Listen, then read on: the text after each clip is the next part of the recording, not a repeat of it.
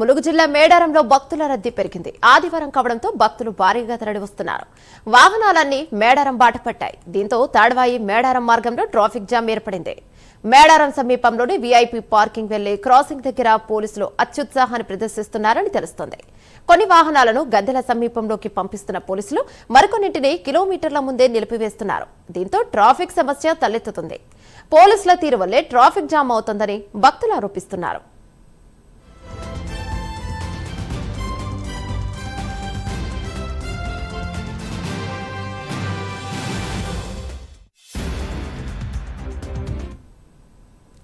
మేడారం జాతరలో భక్తులు పోటెత్తారు. ఆదివారం కావడంతో ఇక తడ్వాయి మేడారం మార్గ మధ్యలో ట్రాఫిక్ జామ్ ఏర్పడింది. దీనిపై మరింత సమాచారం మా కరెస్పాండెంట్ తిరుపతి అందిస్తారు. రైట్ తిరుపతి, చెప్పండి.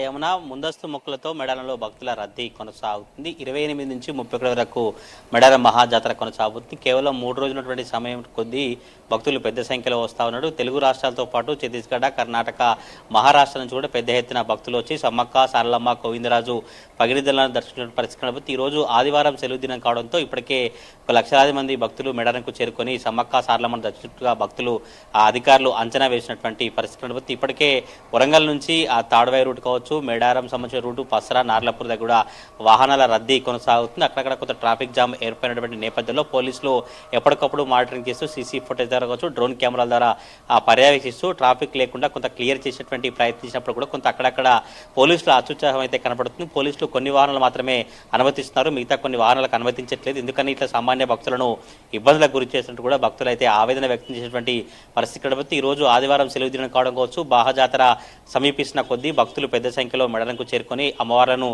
దర్శించుతారు. మొదటగా జంపన్న వాగులో పుణ్యస్నానాలు ఆచరించి అక్కడ పూజా కార్యక్రమాలు చేసిన తర్వాత గద్దెల ప్రాంగణానికి చేరుకొని సమ్మక్క, సారలమ్మకు నిలువెత్తు బంగారాన్ని సమర్పించి మళ్ళీ పిల్ల పాపలతో అందరినీ సుఖ సంతోషాలతో చూడాలి, మళ్ళీ 2 ఏళ్లకోసారి వస్తామంటూ కూడా కుటుంబాలతో కలిసి అందరూ మేడారం ప్రాంగణానికి చేరుకొని అమ్మవార్లను, పగిడిదరాజు, గోవిందరాజును దర్శించిన పరిస్థితి. ఒకవైపు ఇటు అధికార యంత్రాంగం మహాజాతరకు ఏర్పాట్లు కొనసాగిస్తుంది. ఇప్పటికే ఏర్పాట్ల పనులన్నీ కూడా చివదశకు చేరుకున్నట్టుగా తెలుస్తోంది. మంత్రి సీతక్క కావచ్చు, ములుగు కలెక్టర్ దివాకర, ఎస్పీ సుధీర్ కేకన్ అక్కడే దగ్గరుండి మహాజాతరకు ఎటువంటి ఇబ్బంది తలెత్తకుండా ఏర్పాట్లను కొనసాగించిన పరిస్థితి కనబడుతుంది. కోట్లాది మంది భక్తులు వచ్చి అమ్మవార్లను దర్శించేటువంటి అవకాశం నేపథ్యంలోనే ఎవరికి ఇబ్బందులు కలగకుండా క్యూ లైన్లు కావచ్చు, మిగతా అన్ని ఏర్పాట్లు చేసినటువంటి పరిస్థితి కనబడుతుంది. ఈసారి సరికొత్తగా కొత్త హంగులతో, కొత్త రూపంతో మేడారం మహాజాతర కొనసాగబోతున్నట్టు ప్రభుత్వ వర్గాలు చెప్తున్నటువంటి పరిస్థితి కనబడుతుంది. ఇప్పటికే 251 కోట్లతో మేడారం మహాజాతరకు ఏర్పాట్లు కావచ్చు, అభివృద్ధి పనులు చేశారు, సుందరీకరణల పనులు చేసి మహాజాతరలో కొత్త హంగులతో ఏర్పాట్లు చేసినటువంటి పరిస్థితి. జంపన్న వాగు దగ్గర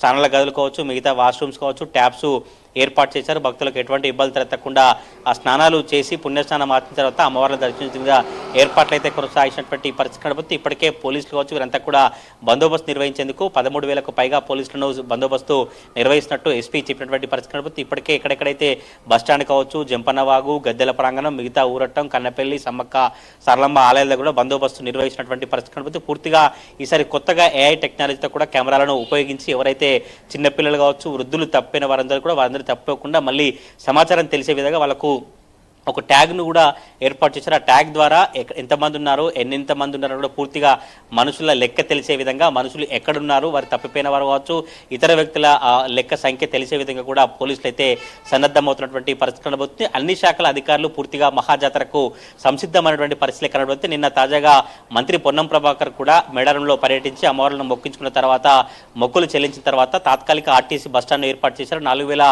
బస్సులు నడుపుతాను, 4,000 బస్సులతో సురక్షితంగా భక్తులందరినీ కూడా మేడారం చేరుస్తాం, మళ్ళీ అక్కడ నుంచి మేడారం నుంచి ఇంటికి చేర్చే విధంగా ఏర్పాటు చేసినట్టు మంత్రి పొన్నం ప్రభాకర్ చెప్తారు. ఈసారి కొత్తగా ఆర్టీసీ వ్యవస్థ ద్వారా ఒక మేడారం ప్రసాదాన్ని కూడా ఇంటికి పంపించి తయారు చేస్తారు. ఒక కిట్ను తయారు చేస్తున్నారు. బెల్లం, చీర, కుంకుమ మొత్తం కూడా ఇలా ఒక కిట్టు తయారు చేసి ఎవరైతే మేడారం వెళ్ళకుండాటువంటి భక్తులు కావచ్చు, ఎవరైతే రాని ఉన్నటువంటి భక్తులందరికీ కూడా ఆర్టీసీ ద్వారా 299 రూపాయలతో బుక్ చేసుకోవచ్చు. లేదంటే ఒక WWTG అనే ఆర్టీసీ ద్వారా కూడా ఆన్లైన్లో బుక్ చేసుకునే అవకాశాన్ని ఆర్టీసీ కల్పించినటువంటి పరిస్థితి కొనసాగుతుంది. ఇప్పటికే మేడారం ప్రాంగణం అంతా జనసంద్రంగా మారి జంపన్న కావచ్చు గద్దెల ప్రాంగణం అంతా కూడా లక్షలాది మంది భక్తులు వచ్చినటువంటి పరిస్థితి కనబడుతుంది. ఈ నెల 28 నుంచి 30 వరకు మహాజాతర చేసేందుకైతే ములుగు జిల్లా యంత్రాంగం కావచ్చు ప్రభుత్వం సంసిద్ధం చేసినటువంటి పరిస్థితి కనబడుతుంది. ఇప్పటికే అన్ని రోడ్లు ములుగు నుంచి వరంగల్ వేలే రోడ్డు, తాడువాయి, నార్లాపూర్, పసరా, ఊరట్టం, భూపాలపల్లి రోడ్లు కావచ్చు మిగతా అన్ని కూడా మేడారం వైపే వాహనాలన్నీ పరుగులు పెడుతున్న దృశ్యాలే కనిపిస్తున్నాయి. పోలీసులు కూడా ఎక్కడికక్కడ కొంత ఆంక్షలు విధిస్తూ కొంత ట్రాఫిక్ సమస్యలు తలెత్తకుండా ఎక్కువగా ట్రాఫిక్ ఉన్నటువంటి ప్రాంతాలలో వాహనాలను మళ్లిస్తూ భక్తులను అయితే చేరవేసినటువంటి పరిస్థితి కనబడుతుంది. ములుగు మొదటగా ఘట్టమ్మ ఆలయాన్ని అందరూ దర్శించారు. అక్కడ నుంచి నేరుగా మేడారంకు వెళ్ళినటువంటి పరిస్థితి. మళ్ళీ రిటర్న్ లో కొంత పర్యాటక ప్రాంతాలు ఎక్కడైతే బ్లాక్బెర్రీ కావచ్చు, లక్నవరం, రామప్ప టెంపుల్ లో కూడా భక్తుల రద్దీ అయితే కొనసాగుతుంది. వరంగల్ నగరంలో కూడా భద్రకాళి, వేస్తమ్మల గుడి దగ్గరికి మేడారం వెళ్ళేటువంటి భక్తులంతా వచ్చి దర్శించినటువంటి పరిస్థితి కనబడుతుంది. వరంగల్ ఉమ్మడి జిల్లా వ్యాప్తంగా భక్తుల కోలాహలం, భక్తుల సందడి, దేవతల దర్శనం అయితే కొనసాగుతున్నటువంటి పరిస్థితి కనబడుతుంది.